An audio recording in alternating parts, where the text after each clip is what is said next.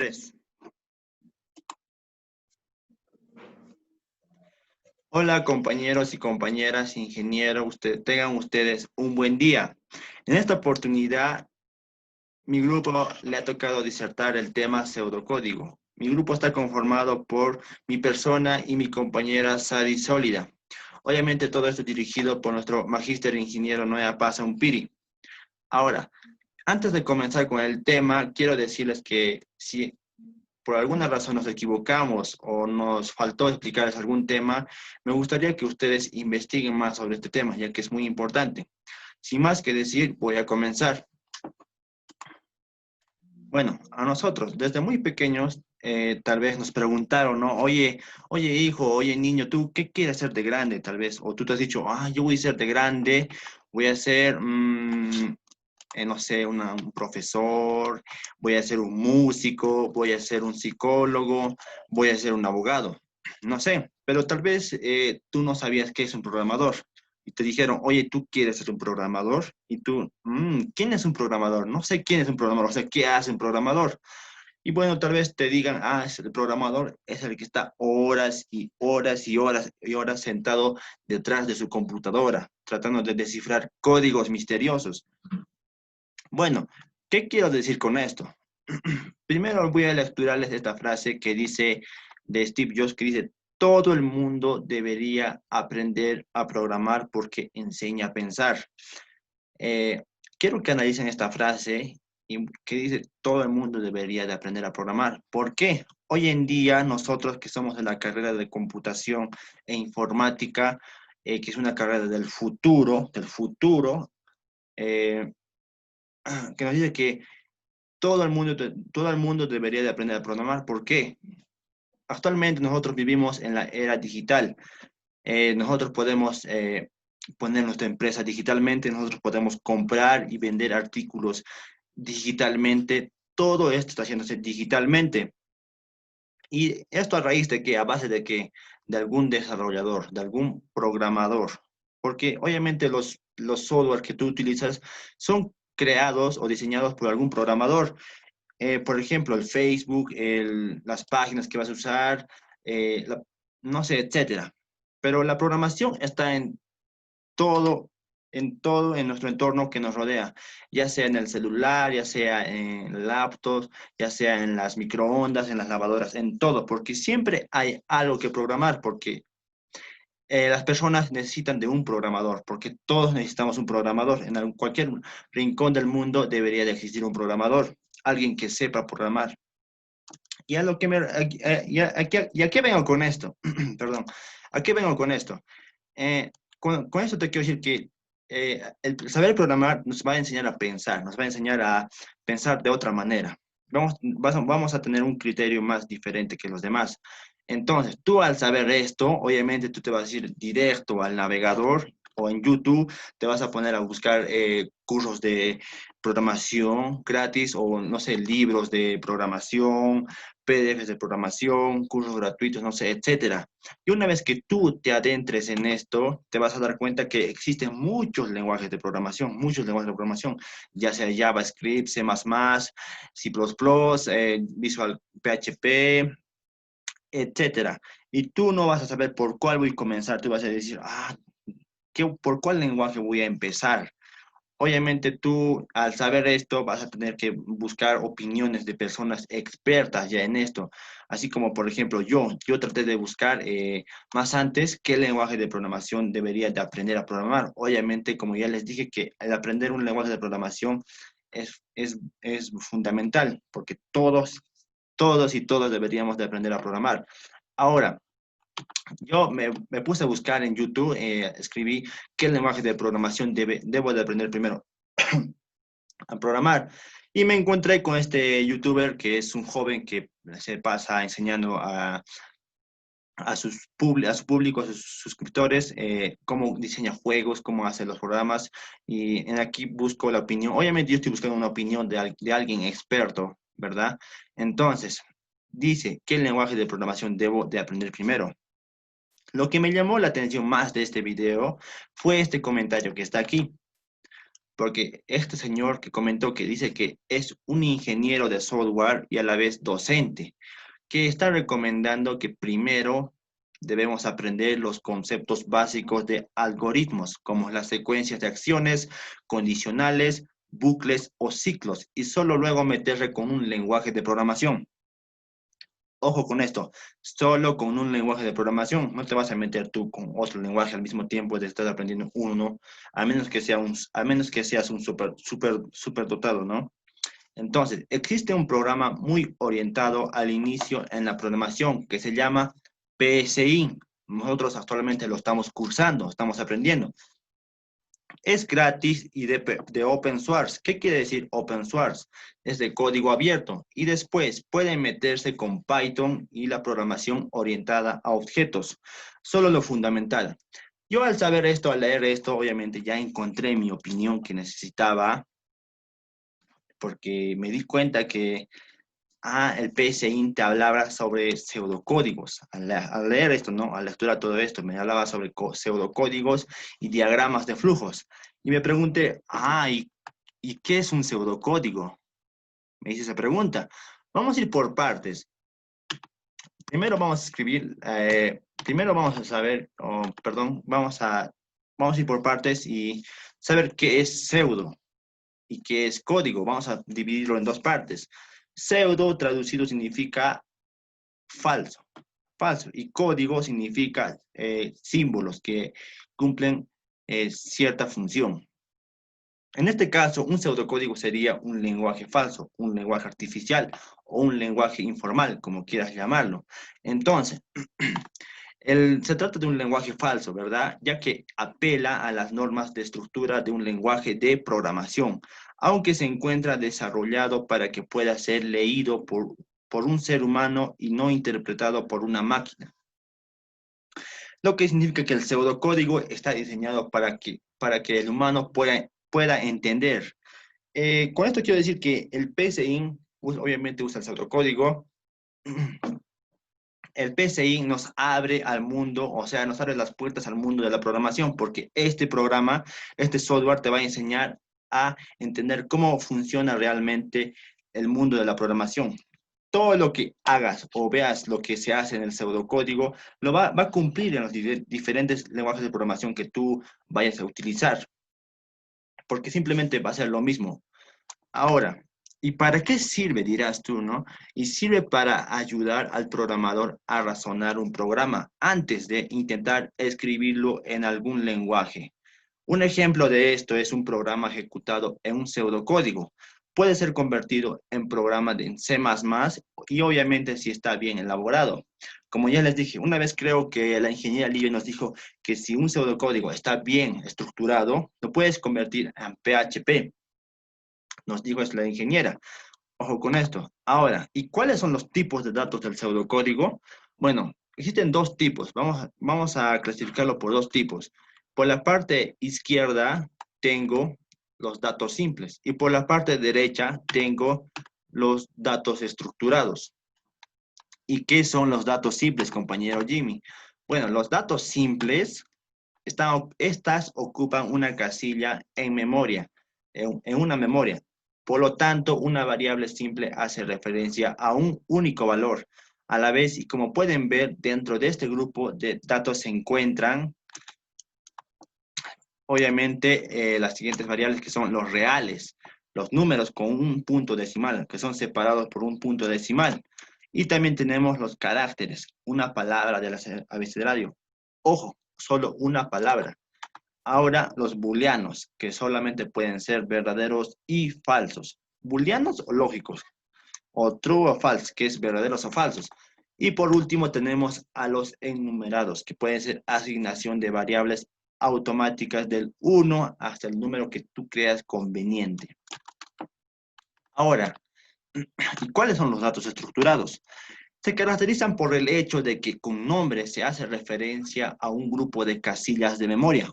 Ojo, dice que se caracterizan. Con un solo nombre pueden hacer referencia a un grupo de casillas de memoria. Un ejemplo, si yo digo colegio, ¿a qué me haría referencia? Obviamente, cuando yo digo colegio me refiero a estudiantes, profesores. auxiliares, eh, no sé, muchas cosas más, porque un solo término hace referencia a un grupo de casillas. Es decir, un dato estructurado tiene varios componentes, cada uno de los componentes básicos de cualquier tipo de dato estructurado. Ahora, dentro de este grupo se encuentran los arreglos, cadena de caracteres y registros y conjuntos.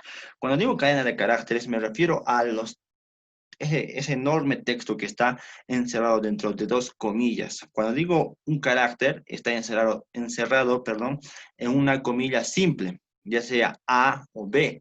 Pero cuando digo cadena de caracteres, hola, ¿qué tal? ¿Cómo estás? Está encerrado dentro de dos comillas. Ahora, ¿y cuáles son los tipos de variables? Pues primero, porque nada hay que saber qué son las variables, ¿no? Dice que son espacios reservados en la memoria, que como su nombre indica, pueden cambiar de contenido a lo largo de la ejecución de un programa. Compañero Jimmy, lo que has lecturado no he entendido. Está bien, compañera, te voy a hacer más simple para que lo imagines tú. Imagínate que una variable es como una cajita, que tú puedes almacenar cosas ahí, con datos. La cajita simboliza como una memoria que almacena los datos. Posteriormente tú puedes usarlos o no. Eso ya depende de ti. Ahora, existen dos tipos de variables, ya que ya tenemos aquí la variable normal o la simple y las constantes. La variable normal es un objeto en el que su contenido puede variar durante el proceso de ejecución del pseudocódigo. Se identifican por un nombre y su tipo de valores que puede realizar en un uso. Un ejemplo claro es esto, la acumulación de una suma, realizar un uso. Y las constantes es un objeto que permanece sin cambios durante el desarrollo del algoritmo. Un ejemplo, y el ejemplo más claro que podrías entenderlo tú, es el número pi. ¿Qué significa el número pi? ¿Cuánto vale el pi? Obviamente este vale 3.14. Este valor nunca de los nunca podrá ser modificado, por eso es constante, nunca vas a poderlo cambiar. Ser alterado o modificado no puede ser. Puedes distinguirlos de las variables, podemos ponerle el nombre en mayúsculas, es una recomendación. Ahora, vamos a ver un simple ejemplo donde manipularemos tres variables. Tal vez tú te digas, pero para aprender a programar necesito ser un capo en matemáticas. Pues déjame decirte que según mis investigaciones que estaba haciendo, eh, obviamente sí, pero no es lo que parece ser un capo en las matemáticas. La base algebraica que necesitas tú saber, o sea, si yo te digo ahorita, por ejemplo aquí, que A es 5 y B, no, A es igual a 5 y B es igual a 3, C es igual a A más B, ¿cuánto cuál sería la respuesta? ¿O qué valor tendría C? Si tú me dijiste 8, pues, o ya lo pensaste, ya lo razonaste rápido ya en tu mente, que, sí, C vale 8, porque si mostramos el resultado de C sería 8, ya que sumamos el valor de A con el valor de B. Entonces el resultado sería 8. Pues eso es toda la base algebraica que tú necesitas saber para aprender a programar. Obviamente una variable también puede guardar cadenas de texto. Se indican encerrando el texto entre comillas, como les dije hace ratos, o booleanos, ya sean los lógicos, que un valor por usuario teclee o por teclado. Los booleanos son verdaderos o falsos. Por eso es que son también lógicos. Ahora, quiero mostrarte en la imagen aquí, esta imagen de ayuda que es operadores de un pseudocódigo. Esta imagen no te voy a explicar, obviamente ya tú ya sabes cuáles son los operadores y los lógicos. Solamente aquí tenemos los operadores aritméticos y los operadores lógicos, que es AND, OR y OR, XOR. Y los operadores aritméticos, que es la suma, la resta, que tú y yo conocemos ya. Ahora, ¿cuáles son las principales características de un pseudocódigo? Pues utilizan operadores aritméticos y lógicos, ya sean verdadero o falso, o simplemente suma más, resta o división o etcétera. Se puede, se puede incluir comentarios. Obviamente tú en tu programa, en tu software que vas a ejecutar, puedes incluir el comentario porque es una de las principales características. Digamos, puedes comentarle, este programa sirve para tal, o esto es, este, Esta fórmula sirve para tal. Entonces, se debe respetar el orden de los bloques de instrucciones. Ojo con esto, se debe de respetar. Tú no lo vas a poner ahí un ejemplo, por ejemplo, ingrese tal número para que pueda ser sumado. No le vas a poner tú esto abajo, ¿no? Y tú el proceso va a estar arriba y la salida va a estar arriba también. No, esto tiene un orden, tiene un proceso de datos, una entrada de datos, perdón, una entrada de datos, el proceso de datos y por último la salida de datos. Y otro, usan ciertas palabras claves como el inicio, el final, o leer, escribir, imprimir, etcétera. Hay muchos más. Hay obviamente muchas más palabras para esto. Ahora, quiero que veas aquí el pseudocódigo y diagrama de flujo. Una comparación. Como tenemos aquí la entrada de datos, tenemos levante la bocina, espere tono, marque un número, espere que contesten, hable con otra persona, cuelgue la bocina. Así se vería en un pseudocódigo. Obviamente es un ejemplo esto. Ahora, ¿y cómo se vería en un diagrama de flujos? Pues tenemos el inicio, que es lo mismo que en el pseudocódigo, inicio, entrada de datos, levante la bocina, espere un tono, marque el número, espere que contesten, hable con otra persona, cuelgue la bocina y fin. Esto es como se vería en el diagrama de flujos. Ahora, si tú me dices, pero compañero Jimmy, yo he visto que en el diagrama de flujos existen varias figuras geométricas. ¿Para qué sirven esto? Está bien, compañero, yo te voy a explicar, ahorita me voy a adelantar al el tema de la compañera Sadi, que nos va a explicar más adelante, más profundizado o más explicado mejor, que este símbolo de aquí significa que es el inicio o fin del diagrama. Este de aquí, que es un rombo, que nos indica que es la condición. Y este es el proceso, este rectángulo, esta figura de aquí es el proceso. Y por último, este de aquí es el ingreso y salida de datos. Ahora, vemos que, pero compañero Jimmy, y diagrama, no me has explicado qué es un diagrama. Está bien, compañero, como ya te dije, ya la compañera Sadi ya te va a explicar más adelante esto.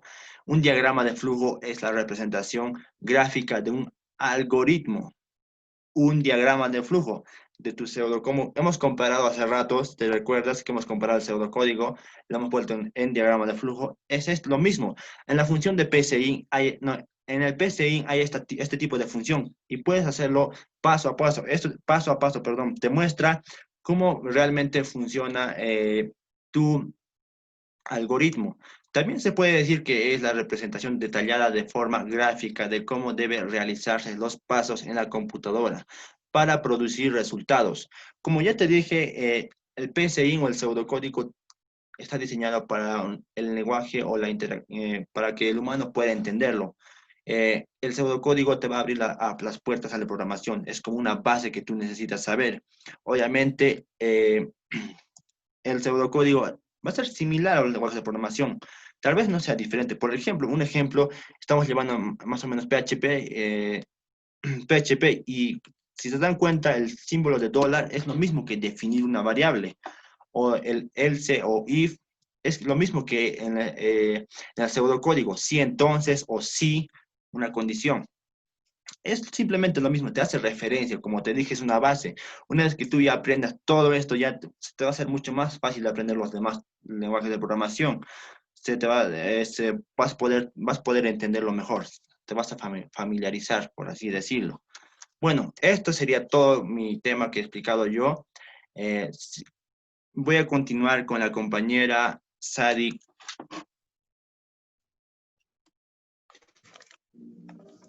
Bueno, ingeniero, compañeros, continuando con la exposición, ¿no?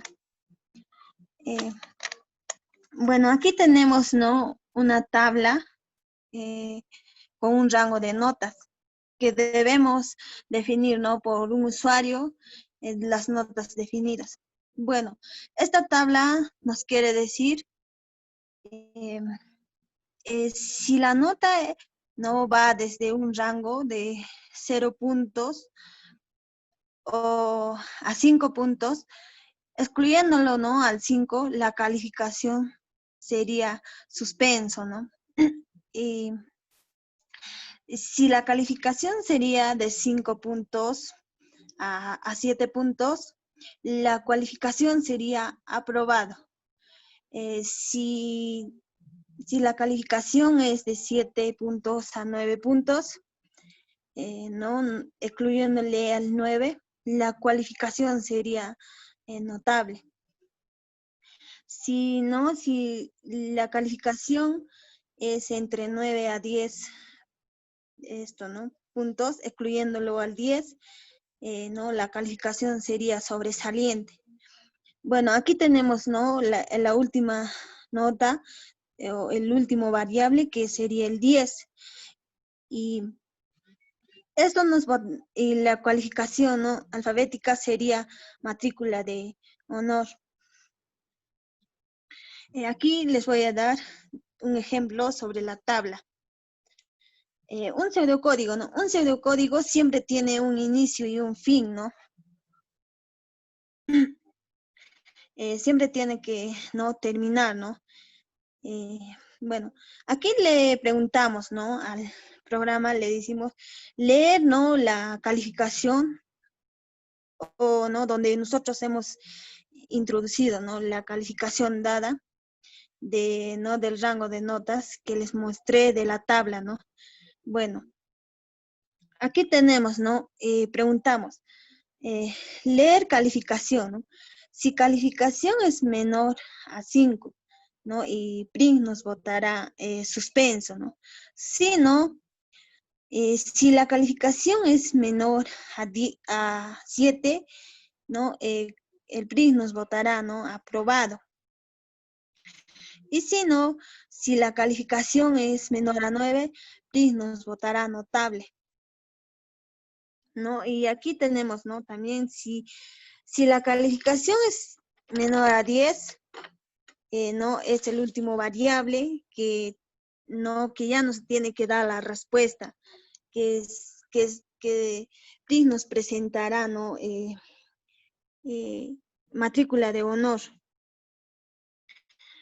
¿No? Porque este valor dado al programa no es la última variable. Y pasamos, ¿no? Les voy a mostrar también, ¿no?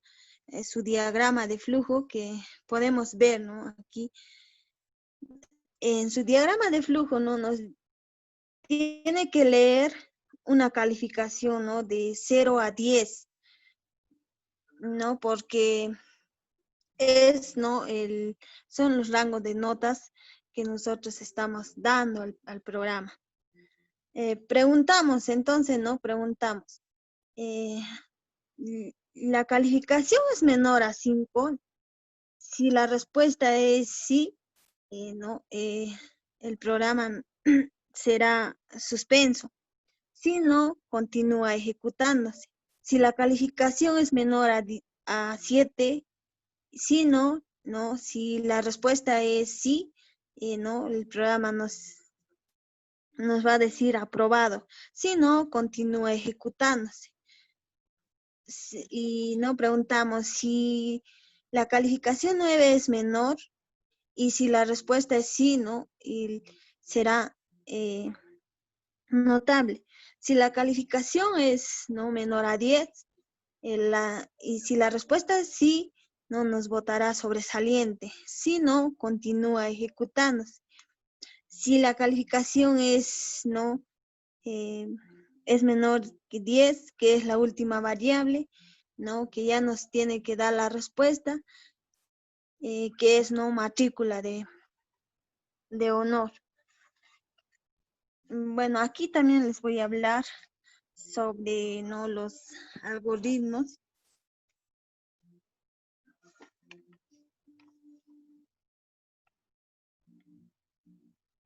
Compañero, la siguiente. Bueno, aquí también les voy a hablar, ¿no? ¿Qué es un algoritmo? Un algoritmo, ¿no? Es un conjunto de inspecciones programadas para resolver una tarea específica. También nos dice que es un método para resolver un programa o cualquier, ¿no? Bueno, un algoritmo es, ¿no? Mediante con unas, o sea, es mediante con una serie de pasos, ¿no? Que van definidos, ¿no? Que son, ¿no? Sus características. Bueno, aquí les voy a decir los pasos, ¿no? Que es preciso, tiene que ser también finito, esto también tiene que ser, ¿no? Eh, definido. Bueno, estos algoritmos no deben ser, todo tiene que cumplirse con estas características, ¿no? Son las bases fundamentales para desarrollar un programa. Todos se preguntarán, preciso, ¿por qué, no? Porque en el preciso, ¿no? Cuando nosotros vamos a indicar ¿no? El orden ¿no? Una realización, ¿no?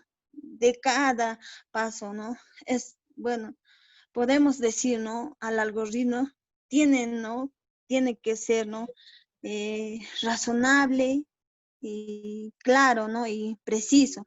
Por eso es preciso. Bueno, definido por qué. Cuando nosotros no queremos, ¿no? Eh, seguir, o sea, dos algoritmos, ¿no? Esto nos debe dar la misma respuesta, ¿no? O el mismo resultado. Cada vez que nosotros volvamos a ejecutar, nos tiene que botar la misma respuesta, ¿no? Eso nos quiere decir finito. ¿Por qué, no? Porque no debe terminar en algún momento, ¿no? Bueno, es decir, ¿no? Nos debe ejecutarnos, ¿no? O darnos la respuesta. O si no, o sea, debe terminar eh, en un fin, ¿no? Bueno, también les voy a hablar algunos pasos. Bueno, también, ¿no? Los algoritmos tienen pasos a seguir, ¿no? Entre ellos tenemos, ¿no? Diseñar, expresar, ejecutar y validar. Diseñar, ¿por qué? Lo cual es ¿no? Es la parte eh, que, bueno, que escribe, ¿no? La secuencia, ¿no? Ordenada de pasos, es lo cual donde no conduce a una solución del problema dado, ¿no? Y también, ¿no? Es una parte para donde nosotros podamos organizar el problema y desarrollar el algoritmo. Expresar es la parte, ¿no? Muy interesante, ¿no? Es porque nosotros expresamos un algoritmo, ¿no? Con un lenguaje de programación, ya sea, ¿no? El Visual Basic, el JavaScript, el PHP, entre los múltiples, ¿no? Lenguajes que existen, ¿no? En el mundo informático. También es llamado como fase ¿no? de codificación, porque vamos a codificar un algoritmo, ¿no? En expresar. Bueno, validar y ejecutar, su nombre mismo lo dice, ¿no? Ahí nos tiene que botar un resultado, o sea, tiene que ejecutar, ¿no? Bueno, o sea, ahí nos tiene que mostrar el resultado, ¿no? Bueno, les voy a dar también aquí un ejemplo.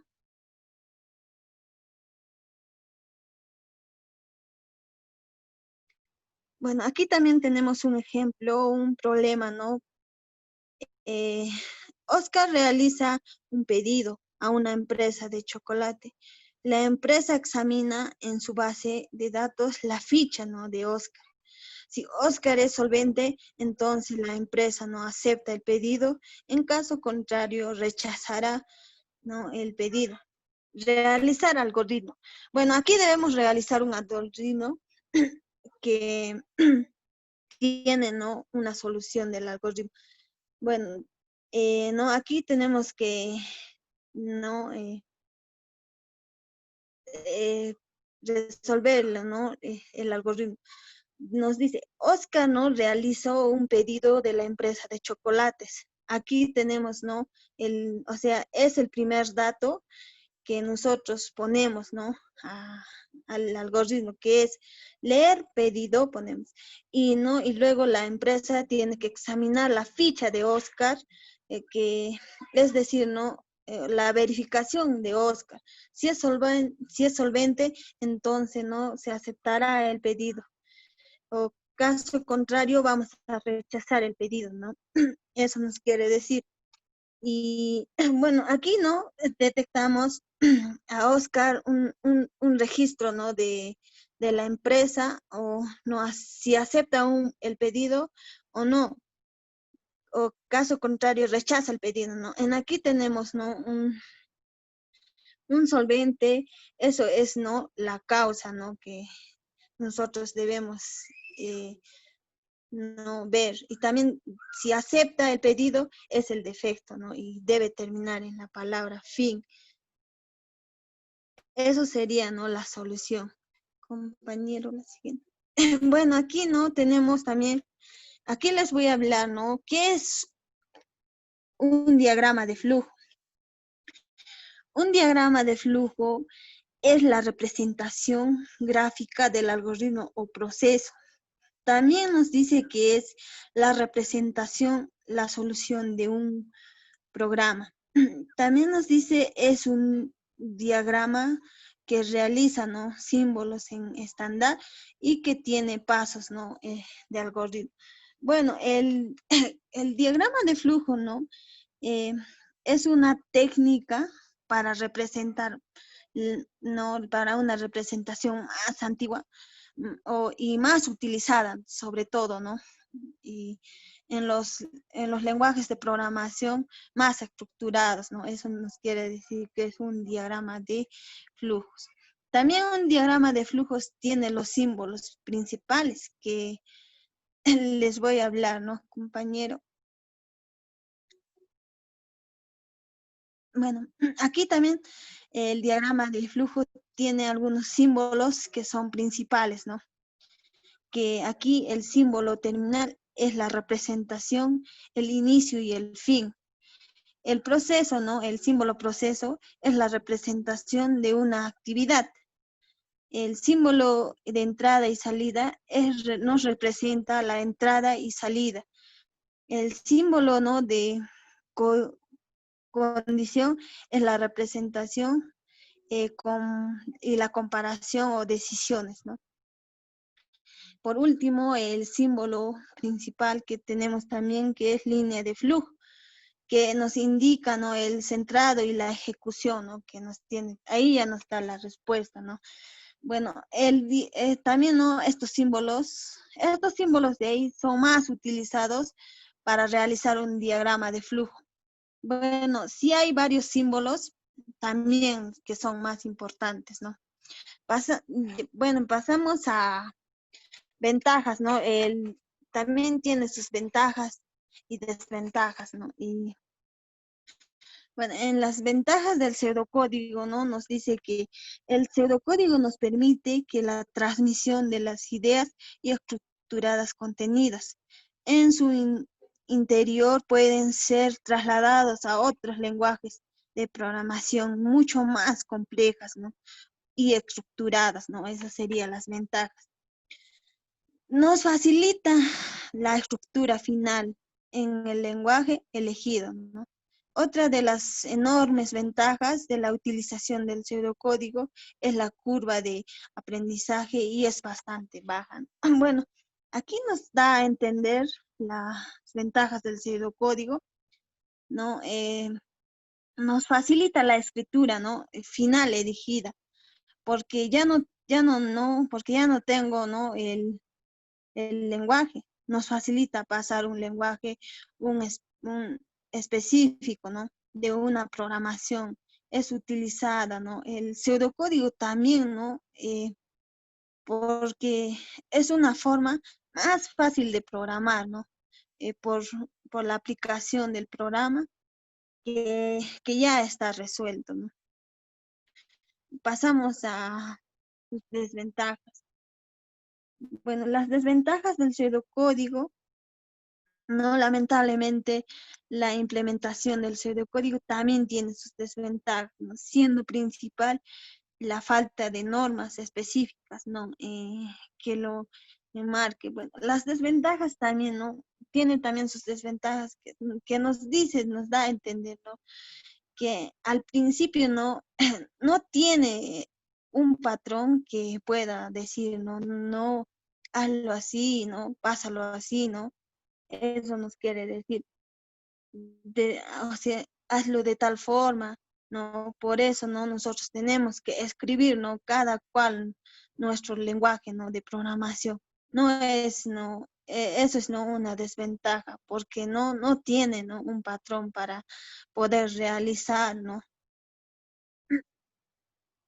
Pasamos al, bueno, aquí, ¿no? También tenemos la sintaxis del pseudocódigo, ¿no? Básicamente el pseudocódigo no sigue los lineamientos, ¿no? De la sintaxis de ningún lenguaje, ¿no? De programación específico, ni ofrece, ¿no? Una forma de estándar para ser escrito, ¿no? Eso nos quiere decir la sintaxis. Bueno, por último, tengo un ejemplo del pseudocódigo también, ¿no? Aquí nos tiene que decir leer la edad, ¿no? Nos lee desde lo que el usuario, ¿no? Marque su teclado y guarde su valor, por ejemplo, ¿no? Dentro de una variable, en caso de la variable de edad, ¿no? Aquí tenemos un ejemplo que nos dice, ¿no? Escribir la edad, esto y, ¿no? Y nosotros también ponemos luego leer la edad, escribir tu edad. Aquí nos tiene que mostrar, ¿no? La edad, ¿no? Que nosotros vamos a, ¿no? Desarrollar el programa.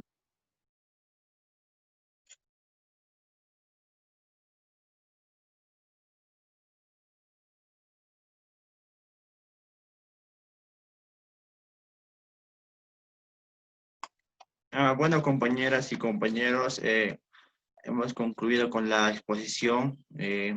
Espero que les haya gustado y espero que nos hayan logrado entender o captar algo de este tema. Como ya les dije, tal vez nos olvidamos de algunas cosas más que agregar y les pido que por favor traten de investigar más sobre este tema.